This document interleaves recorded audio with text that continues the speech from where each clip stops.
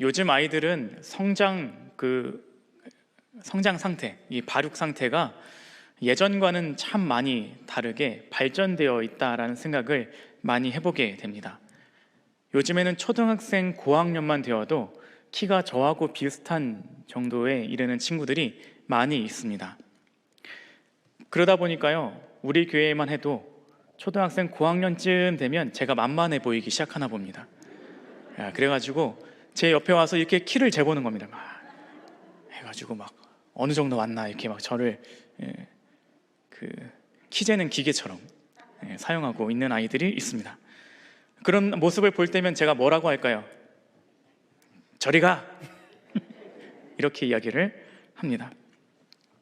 이런 현실들 때문인지 중고등학생만 해도 얘가 청년인지 청소년인지 구분하기 어렵게 보이는 친구들도 있습니다.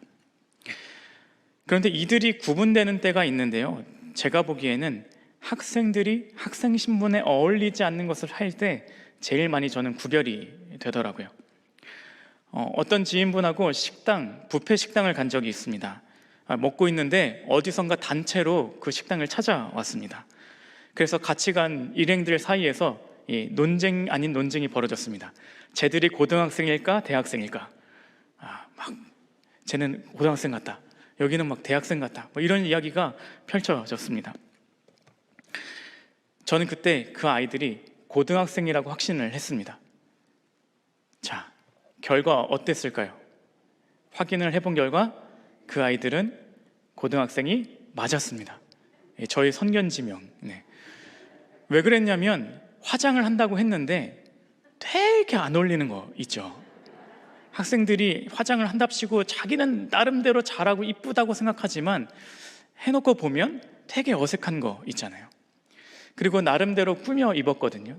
짧은 치마 입은 아이들도 있고 나름대로 화려하게 입었다라고 생각을 했는데 실제로는 제 어른인 제 눈에 보기에는 너무나도 안 어울리는 듯한 옷을, 그러니까 속된 말로 부모님 옷 이렇게 주워 입고 나온 것 같은 그런 상태의 모습이었기 때문이었습니다.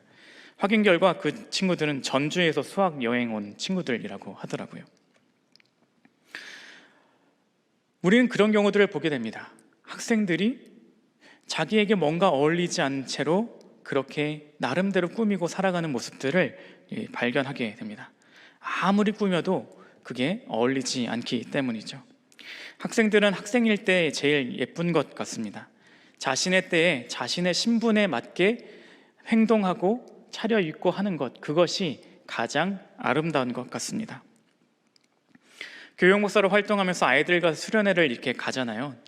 가면 여자아이들이 새벽 일정에 고개를 들지 못합니다. 죄인인 것처럼 고개를 계속 깔고 있어요. 너 왜 그러냐? 그러면 이렇게 얘기를 합니다. 화장을 안 해서요. 그러면 제가 그 아이들에게 넌 그 자체로 이뻐, 너 자체로 이뻐 이라고 이야기를 해줍니다. 자신들이 그때 해야 되는 일들이 있습니다. 그때에 맞게, 그것에 맞게 꼭 해야 되는 일들, 그것이 우리는 의무라고 표현을 하게 됩니다. 그런 면에서 생각해 본다면 우리는 성도답게, 하나님을 믿는 자녀답게 살고 있는 것인가? 나는 나름대로 열심히 산다고, 은혜롭게 살아간다고, 열심을 다해서 거룩하게 살아간다고 하지만 하나님 눈에 보시기에 어울리지 않는 건 아닌가? 하나님 보시기에 마음에 합한 자처럼 보이지 않는 것은 아닐까라는 질문을 그 아이들의 모습을 보면서 저에게 스스로 해보게 되더라고요.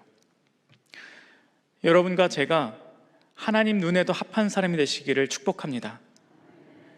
주님의 때에 주님의 자녀답게 행동하고 살아가는 우리의 모습이 되기를 축복합니다. 오늘 본문은 전도서 말씀 가운데 있습니다. 이 전도서 중에서도 제일 마지막 부분이거든요. 전도서는 총 12장으로 되어 있습니다. 총 12장으로 되어 있는 말씀 중에 12장은 전도서의 결론이다라고 표현을 하거든요. 그런데 그 중에서도 전도서의 제일 마지막 부분이 오늘 본문 말씀이었습니다. 그 이야기는 무엇이냐면 전도서의 결론 중의 결론이 오늘 우리가 읽은 본문 말씀이다라는 것입니다. 자, 여러분, 우리가 기억하는 전도서라고 하는 말씀에 먼저 되돌아보기를 바라는데요. 자, 전도서는 누가 쓴 것으로 여러분들 알고 계십니까? 솔로 시작해서 몬자로 끝나는 세 글자입니다. 뭐죠? 누가 쓴 거죠? 네, 솔로몬입니다. 자, 그러면 솔로몬은 어떤 사람으로 여러분들은 기억하십니까? 지혜의 사람, 제일 많이 기억하시는 모습일 겁니다. 그런데 그것뿐만 아니라 솔로몬은 부도, 명예도, 지혜도 갖췄던 사람이었습니다. 모든 중앙아시아의 많은 영토를 가졌었고요. 화려한 성전에서 각종 보석으로 지어진 의자에 앉아서 살았고요. 자신을 돌보는 수천 명의 사람들이 있었고요. 최고의 군사들이 그의 말 한마디에 움직이는 그런 왕이었습니다. 지혜도 받아서 수천 편의 잠언과 시를 지으며 최고의 지혜를 가진 왕이다 라고 평가를 지금까지도 받고 있는 게 솔로몬입니다. 자신의 마음과 눈에 드는 것은 모든 것을 가져보았고 누려보았다고 할 수 있는 사람, 그 사람이 솔로몬이죠. 자, 그런데 여러분이 제일 전도서 했을 때 제일 많이 떠올려지는 말씀은 무엇입니까? 헛되고 헛되니 모든 것이 헛되도다. 이 말씀이 전도서를 떠올렸을 때 제일 많이 기억되는 말씀입니다. 많은 것을 가졌다고 생각하는 이 솔로몬이 이렇게 이야기하는 이유가 무엇일까요? 자신이 다 가져보고 많은 것도 해보았지만 헛되다는 것입니다. 결론적으로 하는 본문의 말씀, 오늘의 말씀이죠. 하나님을 두려워하여라. 그분이 주신 계명을 지켜라. 이것이 바로 사람이 해야 할 의무다. 13절의 말씀이었습니다. 이 부분을 개역개정은 본분이다 라고 표현을 하고요, 새번역 성경은 의무다 라고 표현을 합니다. 본분은 의무적으로 마땅히 지켜야 할 직분이라는 의미고요, 의무는 사람으로서 마땅히 해야 될 일이라고 표현이 되어 있습니다. 그렇다면 이 부분을 이렇게 정리할 수 있게 됩니다. 하나님을 경외하고 명령을 지키며 사는 것은 우리가 마땅히 해야 될 일이다. 하나님을 경외하고 명령을 지키며 사는 것은 우리가 마땅히 해야 할 일이다. 자, 그렇다면 하나님께서 이 명령, 이 본분을 우리에게 허락해 주셨다면, 우리가 해야 될 의무가 바로 하나님을 경외하고 명령을 지키는 것이라면 우리가 어떻게 하면 이것을 잘 지키면서 살아갈 수 있을까요? 첫 번째로 경외하는 것에 대해서 생각해 보고자 합니다. 하나님을 경외하고 명령을 지키는 것, 살아가는 것, 그 가운데 경외한다라고 하는 것은요, 사전적인 의미만 보면 공경, 두려워하며 공경하다라는 뜻을 가지고 있습니다. 그런데 이렇게 딱딱한 정의 말고 이 경외한다라고 하는 말을 우리의 삶에 더 피부적으로 와닿게 할 수 있는 말이 무엇일까 고민해 보게 되었습니다. 제가 이제 큰아들이 초등학생 6학년이 되었거든요. 키재는 그 키재기 하는 아이 중에 하나가 됐습니다. 6학년 됐는데 얼굴에 여드름 같은 게 이제 조금씩 생기더라고요. 이제 그 모습을 보면서 저희 중고등학생 때를 이제 떠올려 보게 되었습니다. 여드름이 심하면 이게 떡진다는 표현 아시나요? 여드름이 이게 너무 이렇게 몰쳐서 나는 거, 그게 저였어요. 지금 얼굴이 너무 깨끗해서 그렇게 못 느껴지시죠? 거의 이제 멍게에 가까운 얼굴이 제 얼굴이었습니다. 그래서 그때 당시에 제 기도 제목이 뭐였냐면, 하나님, 제만큼이라도 조금 나 있는 그 아이를 바라보면서 제만큼이라도 적게 나게 해주세요. 이게 제 중고등학생 때의 기도 제목이었습니다. 그런데 저는 그런 기도를 지금 하고 있을까요? 안 합니다. 왜요? 깨끗하니까. 그런 걸 하지 않습니다. 제가 그 모습, 제 아이를 바라보면서 제 청소년기를 떠올리고 지금 내 기도 제목이 이렇게 바뀌었구나라는 것을 깨달으면서 느껴진 게 있습니다. 우리의 기도 제목은 매일매일 매 순간순간 시간이 지나면서 상황이 바뀌면서 얼마든지 바뀔 수 있구나, 달라지는구나 라는 것을 깨닫게 됩니다. 솔로몬은 좀 전에 이야기했듯 많은 것을 가졌고 누린 사람이었습니다. 세상을 이끌 지혜도 넘쳤던 사람입니다. 그런데 그가 무슨 말을 하냐면 전도서 1장 2절에 전도자가 말한다. 헛되고 헛되다. 헛되고 헛되다. 모든 것이 헛되다. 전도서 2장 17절 그러니 산다는 것이 다 덧없는 것이다. 인생살이에 얽힌 일들이 나에게는 괴로움 뿐이다. 모든 것이 바람을 잡으려는 것처럼 헛될 뿐이다. 모든 것을 다 가졌던 솔로몬이라고는 한 이야기라고는 믿기지 않을 정도의 이야기를 하는 거죠. 제 생각에는 돈도 많고 명예도 많고 지혜도 갖췄다면 정말 매 순간 기쁘고 감사할 것이 넘칠 것 같은데 솔로몬은 그렇게 고백을 하지 않는다는 것입니다. 그는 모든 것이 헛되다라고 이야기를 합니다. 무엇이 그를 그렇게 괴롭다고 말하게 하는 것일까? 이런 묵상을 하는데 한 가지 깨닫게 된 것이 있습니다. 우리가 하나님의 형상을 닮아서 만들어졌다는 사실입니다. 우리 모두는 하나님의 형상을 닮았다. 그러니까 본질적으로 주님을 닮은 사람이라는 것입니다. 곧 우리는 우리를 주님의 것으로 채우지 않으면 안 되는 존재라는 것입니다. 주님의 것으로 채워지지 않으면 우리는 행복한 인생을 살 수 없습니다. 내 가슴을 다시 뛰게 할 잊혀진 진물이라는 책이 있습니다. 이 책은 삼성 이병철 회장이 1987년에 타계하기 전에 박희봉 신부라는 분에게 보낸 편지의 내용입니다. 그리고 그 질문을 20가지를 적어서 보냈는데 그거에 대한 답을 정리하는 내용으로 쓰여져 있는 책입니다. 근데 그 질문들이 이겁니다. 신은 신의 존재를 어떻게 증명할 수 있는가? 신은 무엇으로 증명될 수 있는가? 이런 등등의 것을 쭉 20가지를 이 신앙적인 것과 관련돼서 질문을 합니다.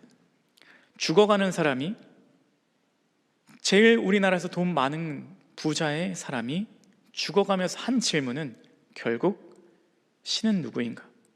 하나님은 어떤 분인가에 대한 문제를 제기하고 있는 것입니다.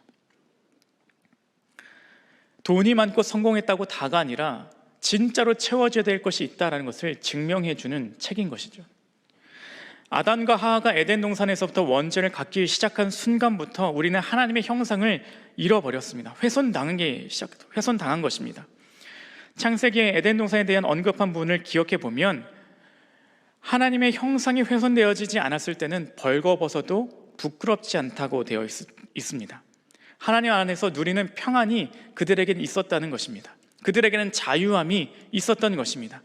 그런데 원죄가 들어오고 하나님의 형상이 훼손되기 시작하자마자 그들은 무서워했고 불안해서 하나님을 떠나서 숨어버리기 시작했습니다.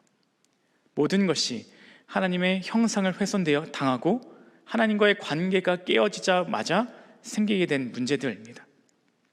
고로 우리가 하나님을 경외하며 살아간다는 것은 어떤 것을 의미하냐면 단순히 두려워하고 공경하며 살아야 돼라고 하는 것을 넘어서서 하나님의 형상을 회복해서 하나님의 것으로 채워져서 하나님이 주시는 기쁨이 넘치는 삶이 우리에게 있어야 되는 삶이라는 것입니다. 그런데 그것이 무너지면 우리 속에는 불안과 걱정과 염려와 근심이 넘쳐날 수밖에 없다라는 거죠. 우리가 지켜야 될 본분, 하나님을 경외하는 것, 그것은 하나님과의 관계가 회복되어지고 하나님 안에서 평안해지는 삶을 원하신다는 것입니다. 우리가 해야 될 본분, 의무는 하나님의 형상을 회복하여서 하나님의 자녀가 되는 권세를 누리며 내 안에 주시는 기쁨이 충만해야만 한다는 것입니다. 요한복음 14장 6절은 이렇게 말합니다. 예수께서 그에게 말씀하셨다. 나는 길이요 진리요 생명이다. 나를 거치지 않고서는 아무도 아버지께로 갈 사람이 없다. 찬송가 565장 예수께로 가면이라는 찬송가가 있는데요, 가사가 이렇습니다. 1절은 예수께로 가면 나는 기뻐요. 걱정 근심 없고 정말 즐거워. 예수께로 가면 나는 기뻐요. 나와 같은 아이 부르셨어요. 3절은 이렇습니다. 예수께로 가면 손을 붙잡고 어디서나 나를 인도하셔요. 예수께로 가면 나는 기뻐요. 나와 같은 아이 부르셨어요. 우리가 늘 부르는 찬송가에서도 드러나는 대목 아닙니까? 하나님의 형상이 회복되어지고 하나님의 나를 구원시켜 주셨다는, 하나님이 나를 자녀로 삼아 주셨다고 하는 그 본분이 회복되어지면 우리에게 부어주시는 놀라운 것은 하나님이 부어주는 기쁨과 평안이라는 것입니다. 더 이상 에덴 동산에서 하나님의 납치를 향하여서 피해서 숨어버리는 모습이 아니라 하나님 앞에서 진정으로 기쁘고 자유한 삶을 살아갈 수 있게 되더라는 것입니다. 여러분의 삶에 혹시 불안과 근심이, 걱정이 가득하십니까? 하나님의 형상을 회복하는 데 집중하시기를 바랍니다. 하나님, 나에게 구원의 감격을 회복시켜 주시옵소서. 하나님의 자녀가 되는 권세를 다시금 깨닫게 하시고 감사의 고백이 우리에게서 흘러나오게 하여 주시옵소서. 이렇게 기도하는 여러분과 저의 삶이 되기를 축복합니다. 주님의 자녀로 살아가는 삶이 진정으로 행복한 삶입니다. 주님이 경외하는 삶, 하나님의 형상을 회복하는 삶을 살아내시는 여러분과 제가 되기를 축복합니다. 자, 두 번째로 마땅히 해야 될 것은 무엇이라고 이야기했냐면 명령을 지키는 것이다 라고 이야기를 합니다. 자, 왜 명령을 지키라고 하는 것일까?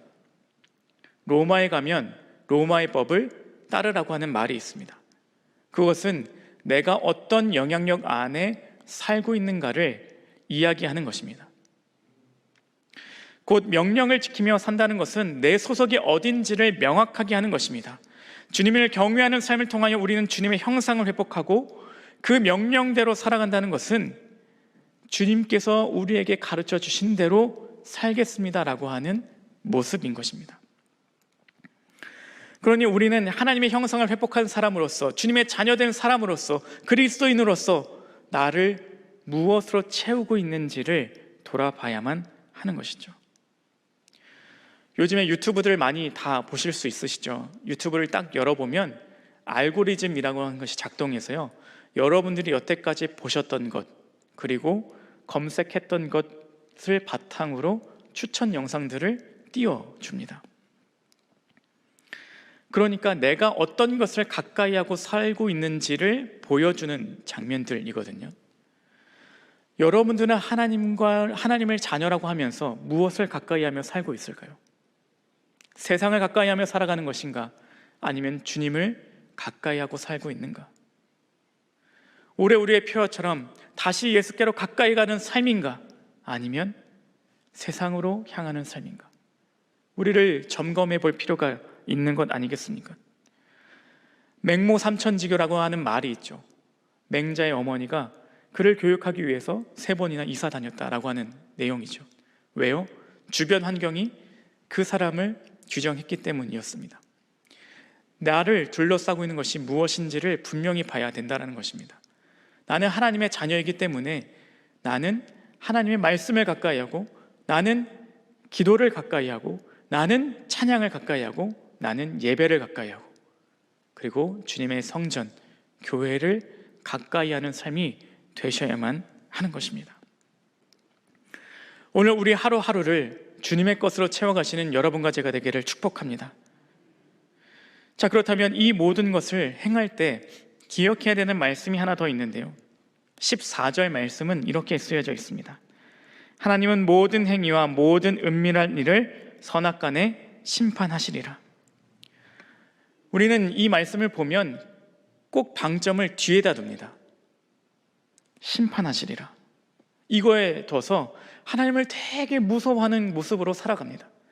그런데 하나님께서 원하시는 모습은 그런 모습이 아닙니다. 하나님 앞에서 벌벌 떨면서 살아가는 것이 아니라 하나님은 그 말씀의 초점을 앞에 두기를 원하십니다. 자, 앞에 말씀, 뒤에 말씀을 심판하시리라 하지만 앞에 말씀을 보면 이렇습니다. 하나님은 모든 행위와 모든 은밀한 일을 심판하시리라고 하는 말을 바꾸면 보고 계시다는 의미거든요. 그 얘기는 무엇이냐면 나의 모든 순간을 주님께서는 지켜보고 계시다는 것입니다. 내가 어떠한 순간에도 주님은 나를 지켜보신다는 것입니다. 심판에만 목적을, 여러분들이 포커스를 둘 것이 아니라 나의 포커스는 주님께서 나를 지금도 지켜보고 계시는구나, 내가 기쁠 때에도 슬플 때에도 내가 어떤 순간에도 주님은 나를 지켜보고 계시는구나 라는 것에 포커스를 맞춰야만 하는 것이죠. 아, 하나님은 나를 지켜보시는구나. 그러니 내가 하나님의 자녀로 살아가는 동안에 기쁨으로 가득해야 되는구나 라는 것을 깨달아야만 하는 것입니다. 시편 139편 1절에서 3절이 이렇게 말합니다. 여호와여, 주께서 나를 살펴보셨으므로 나를 아시나이다. 주께서 내가 앉고 일어섬을 아시고 멀리서도 나의 생각을 밝히 아시오며 나의 모든 길과 내가 눕는 것을 살펴보셨으므로 나의 모든 행위를 익히 아시오니. 아멘. 하나님은 여전히 우리를 지켜보신다는 것입니다. 어떠한 순간에도 여러분들 놓지 않고 있다는 것입니다. 우리가 살아가야 되는 모습은 의무를 다하는 삶이죠. 하나님이 우리에게 명령하신 이 의무를 분명히 다해야 된다는 것입니다. 그 명령은 공경하라, 명령을 지키라는 것이었습니다. 그런데 그 모습은 벌벌 떨면서 살려고 하는 심판에 초점을 맞춰지는 삶이 아니라 주님 안에서 기쁘고 자유로운 삶을 살기를 바라셨다는 것입니다. 오늘 본문 말씀을 통해서 쭉 이야기를 갈 때 설교 제목을 위주헌신 성도 본분이라는 말로 정했습니다. 혹자는 이것이 오타가 아니냐면서 연락을 주신 분도 있는데요. 안중근 의사가 이런 말을 했죠.